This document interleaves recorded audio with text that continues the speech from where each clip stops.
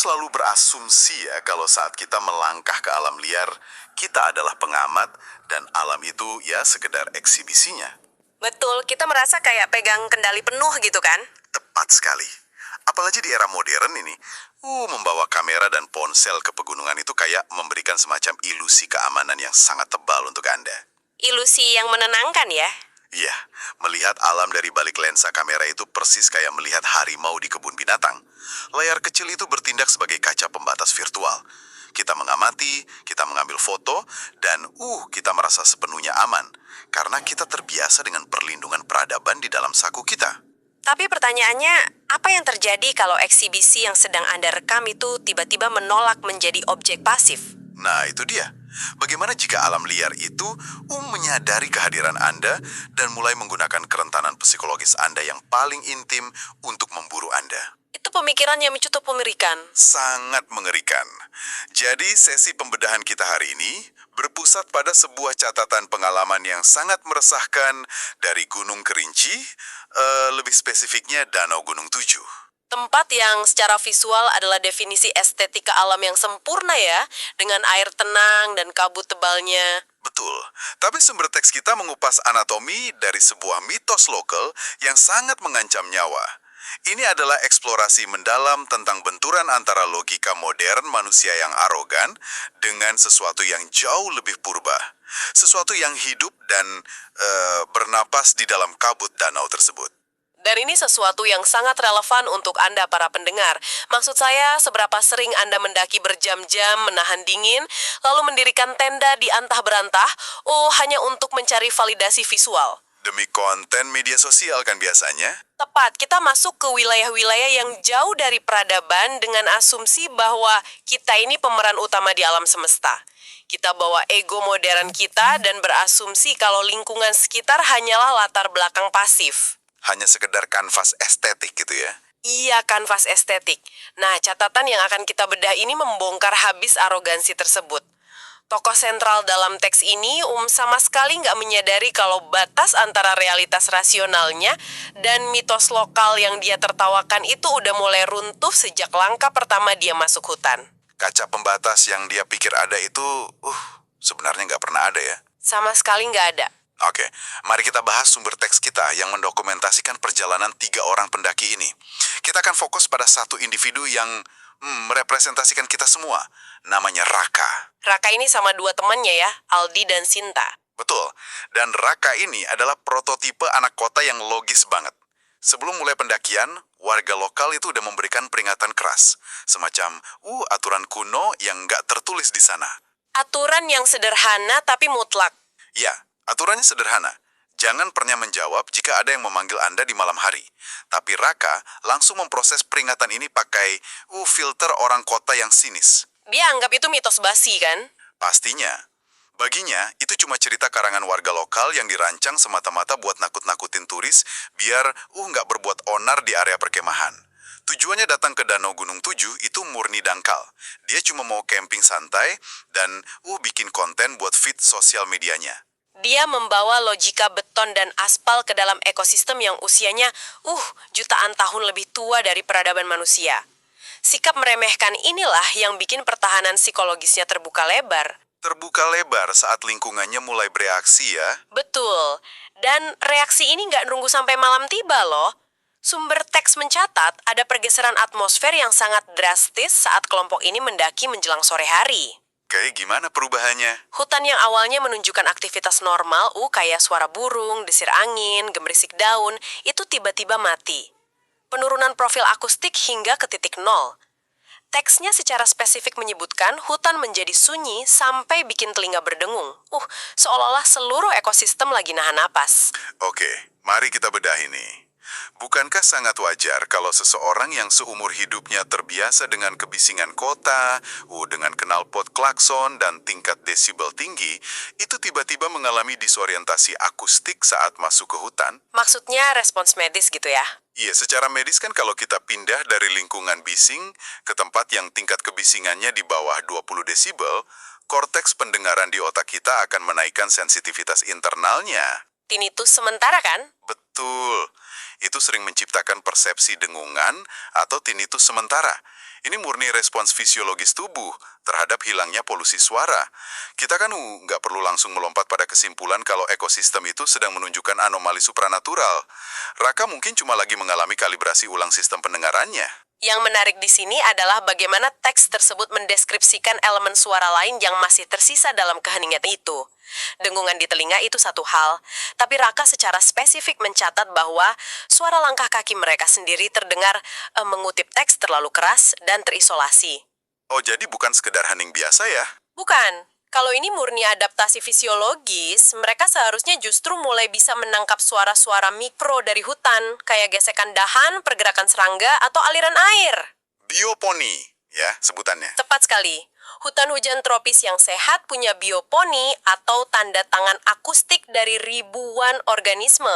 Ketika bioponi ini mati total secara tiba-tiba, dari perspektif biologi evolusioner dan ekologi akustik, itu adalah sinyal bahaya absolut.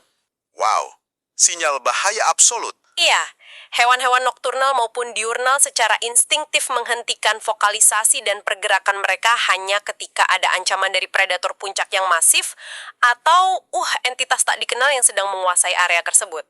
Jadi alam itu nggak sekedar hening, tapi secara aktif membekukan diri karena ada sesuatu yang mengawasi mereka. Benar, dan deskripsi fisik danau saat mereka tiba di senja hari di mana airnya hitam pekat karena kedalaman yang ekstrim itu bertindak sebagai refleksi langsung dari bahaya tersembunyi tersebut. Arogansi Raka yang menganggap dirinya cuma pengamat alam ini perlahan-lahan memposisikan dirinya sebagai target yang justru sedang diobservasi ya. Betul sekali. Dan ketika kegelapan malam turun menyelimuti danau Gunung Tujuh, kondisi ini secara harfiah merampas alat utama manusia modern, yaitu penglihatan. Tanpa penglihatan, mereka kehilangan kendali atas ruang di sekitar mereka. Kegelapan ini menggeser medan interaksi dari dunia fisik ke dunia persepsi murni. Ini ngasih panggung buat entitas di dalam danau untuk mulai berburu. Karena alat ukur kamera dan rasionalitas udah nggak berfungsi lagi. Tepat. Pergeseran dari siang ke malam di alam liar itu bukan sekedar perubahan cahaya. Ini adalah pergantian kekuasaan. Catatan teks menyoroti insiden utama yang terjadi pada pukul 11 malam. Kelompok pendaki ini sedang beristirahat di dalam tenda. Temannya Raka, si Aldi ini, udah ketakutan parah dan ngebangunin Raka. Karena Aldi dengar sesuatu kan? Iya. Dari arah permukaan danau yang tertutup kabut, terdengar suara nyanyian. Suara perempuan melantunkan nada aneh dengan volume lirih. Raka yang masih berusaha mempertahankan dinding logikanya, merasionalisasi hal ini. Dia bilang, paling orang lain camping. Rasionalisasi yang rapuh banget mengingat mereka tahu persis nggak ada tenda lain di sana hari itu. Benar sekali. Lalu, nyanyian itu berhenti total. Ada jeda keheningan yang mencekam sebelum akhirnya suara dari danau itu memanggil nama Raka. Dan detil yang melumpuhkan rasionalitas Raka seketika adalah sumber bunyinya. Suara yang bergema melintasi air hitam itu mereplikasi suara ibunya di rumah dengan presisi yang sempurna. Memohon Raka tolong ibu. Bayangkan analisis situasinya. Mereka ada di ketinggian ribuan meter, diisolasi hutan lebat, suhu membekukan. Jarak fisik antara danau dan rumah Raka di kota itu ratusan kilometer. Tapi otaknya disajikan stimulus pendengaran yang mustahil secara geografis. Disinilah bagian yang sangat menarik. Raka merepresentasikan manusia modern dan taktik entitas danau ini bekerja persis seperti mekanisme phishing scam di dunia keamanan siber. Metafora yang pas banget. Iya kan? Kalau peretas mencoba menembus firewall bank yang punya enkripsi berlapis, mereka bakal habis energi dan kemungkinan besar gagal. Sebaliknya, peretas mengirim email yang menyamar sebagai orang yang Anda percayai, umum mungkin keluarga atau teman dekat. Meminta Anda untuk mengeklik sebuah tautan. Tepat. Entitas di danau ini nggak pakai kekuatan fisik buat nyeret Raka ke air. Dia membajak data biometrik yang paling intim, yaitu suara ibu Raka untuk melewati seluruh lapisan logika rasional di otaknya. Ini semacam social engineering tingkat supranatural. Dia mengirim pesan darurat palsu yang dirancang khusus biar Raka sendiri yang buka pintu pertahanannya dari dalam. Jika kita hubungkan ini dengan gambaran yang lebih besar, mekanisme phishing scam ini menjelaskan akar antropologis dari mitos lokal tersebut loh. Maksudnya, larangan menjawab panggilan malam hari itu. Benar, aturan itu bukan tahayul acak, tapi observasi lintas generasi terhadap metode berburu predator ini. Entitas itu mengincar kerentanan emosional secara presisi mikroskopis. Kerentanan yang udah tertanam di otak manusia ya? Iya, dalam Deluge Evolutioner, suara ibu adalah jangka rasa aman paling fundamental bagi mamalia. Sinyal perlindungan pertama yang diproses otak bayi itu pola vokal ibunya. Wow, jadi dia menyerang di level yang sangat dasar. Betul, dengan mereplikasi frekuensi suara itu dan menggabungkannya dengan stimulus pemicu panik, kalimat tolong ibu, entitas ini melakukan override paksa terhadap korteks prefrontal raka yang bertugas berpikir logis. Jadi logikanya langsung mati seketika. Mati total. Amigdala, pusat ketakutan dan insting pelindung mengambil alih kendali motorik. Dia nggak lagi mikir fakta kalau ibunya nggak mungkin ada di danau. Insting primitif untuk merespons tangisan keluarga langsung nyingkirin logika ruang dan waktu. Dan manipulasi psikologis ini terbukti sangat fatal. Sumber teks mendeskripsikan secara rinci bagaimana logika Raka hancur lebur dalam hitungan detik. Dia mulai melangkah keluar tenda, jalan tanpa sadar kayak orang dihipnotis, menuju tepian danau. Kondisi trans yang sangat berbahaya. Aldi berteriak mati-matian nyoba nyuntikin logika lagi ke kepala Raka. Dia teriak ngingetin fakta geografis, ibu lu nggak mungkin ada di situ. Tapi Raka udah kebal argumen rasional. Sistem audionya udah sepenuhnya diisolasi, suara ilusi itu. Aldi nyoba melawan program instingtual yang dibajak pakai logika komputasional. Itu nggak akan pernah berhasil. Karena otaknya udah dikuasai imperatif biologis untuk menyelamatkan keluarganya ya. Betul. Suara luar yang mengandalkan rasionalitas cuma dianggap gangguan. Raka secara harfiah buta dan tuli terhadap realitas fisiknya. Konflik ini kemudian bereskalasi cepat menuju konfrontasi fisik. Teks mencatat terdengar suara benturan air yang keras banget di depan Raka. Permukaan kabut di atas danau terbelah dan sosok yang sembunyi di kedalaman akhirnya menampakkan diri. Sosok perempuan itu ya? Iya, teks mendeskripsikan perempuan mengambang tepat di atas air hitam. Wajahnya masih ketutup kabut tebal, tapi gerak mulutnya sinkron sempurna dengan panggilan berulang Raka. Sini. Raka ada di bibir jurang antara realitas dan ilusi mematikan. Dan tepat pada detik dia nyaris turun ke air, intervensi eksternal tiba-tiba terjadi. Bapak tua itu muncul? Betul. Seorang laki-laki tua, warga lokal berjaket lusuh muncul dari pepohonan dan berteriak dengan otoritas absolut. Jangan lihat. Kalau kau jawab, kau ikut dia. Intervensi ini bertindak sebagai pemutus sirkuit.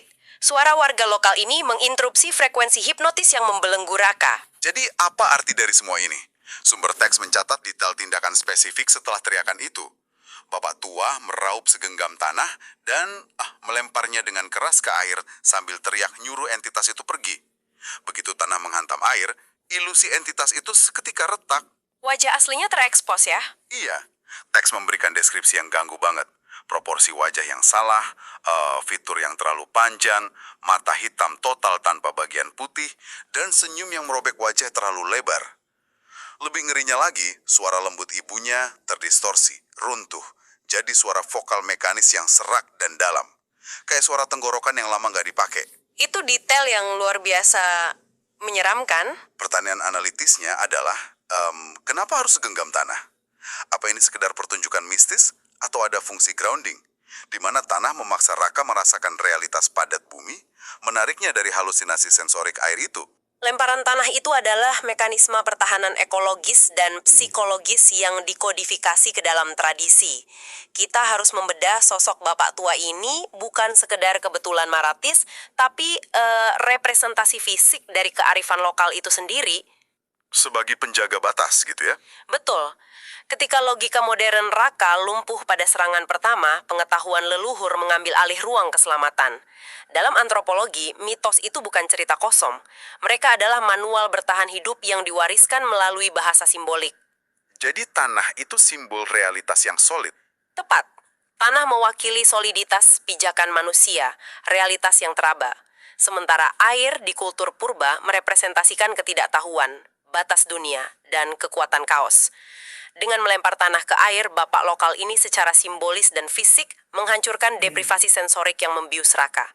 Memaksakan konfrontasi antara elemen realitas melawan manipulasi ilusi. Dan pas ilusinya pecah, kita melihat konsep mimikri agresif. Entitas itu terekspos, bukan sebagai roh emosional, tapi predator kalkulatif yang topeng kamuflasenya lepas. Suaranya yang serak membuktikan bahwa, suara ibunya cuma alat mekanis untuk konsumsi.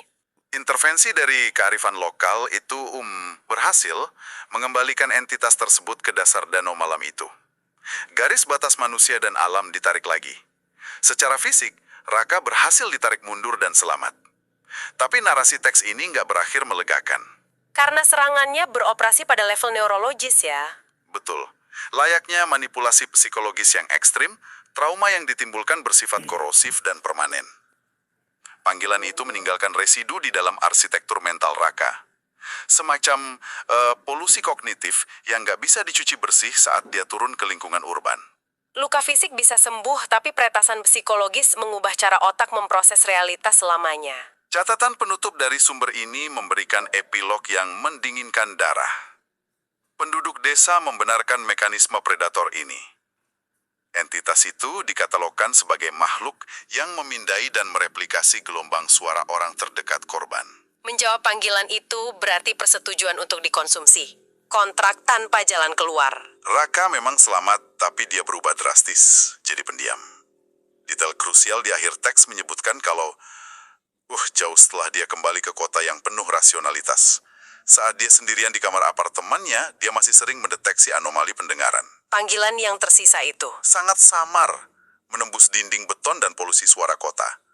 Sebuah panggilan lirih yang menyisir namanya, Raka. Ini menggarisbawahi relevansi teks ini untuk Anda semua. Pemahaman bahwa ruang alam liar beroperasi dengan hukum purba yang sama sekali nggak peduli sama resolusi kamera atau eksistensi sosial Anda. Hutan dan danau bukanlah kanvas pasif tempat manusia memproyeksikan ego tanpa konsekuensi. Mereka itu ekosistem yang bernapas ya. Ekosistem yang mengobservasi dan bereaksi. Kearifan lokal ada sebagai pagar pembatas yang dibangun dari darah generasi sebelumnya. Saat Anda masuk wilayah di mana Anda bukan spesies dominan, arogansi modern Anda adalah kerentanan terbesar. Keangkuhan untuk berpikir kita bisa menjelaskan semuanya dengan sains kota adalah, titik buta paling mematikan. Sebagai penutup dari pembedahan kita hari ini, ada satu pemikiran turunan yang mau saya tinggalkan untuk Anda telaah lebih jauh. Silakan, coba Anda pikirkan ini.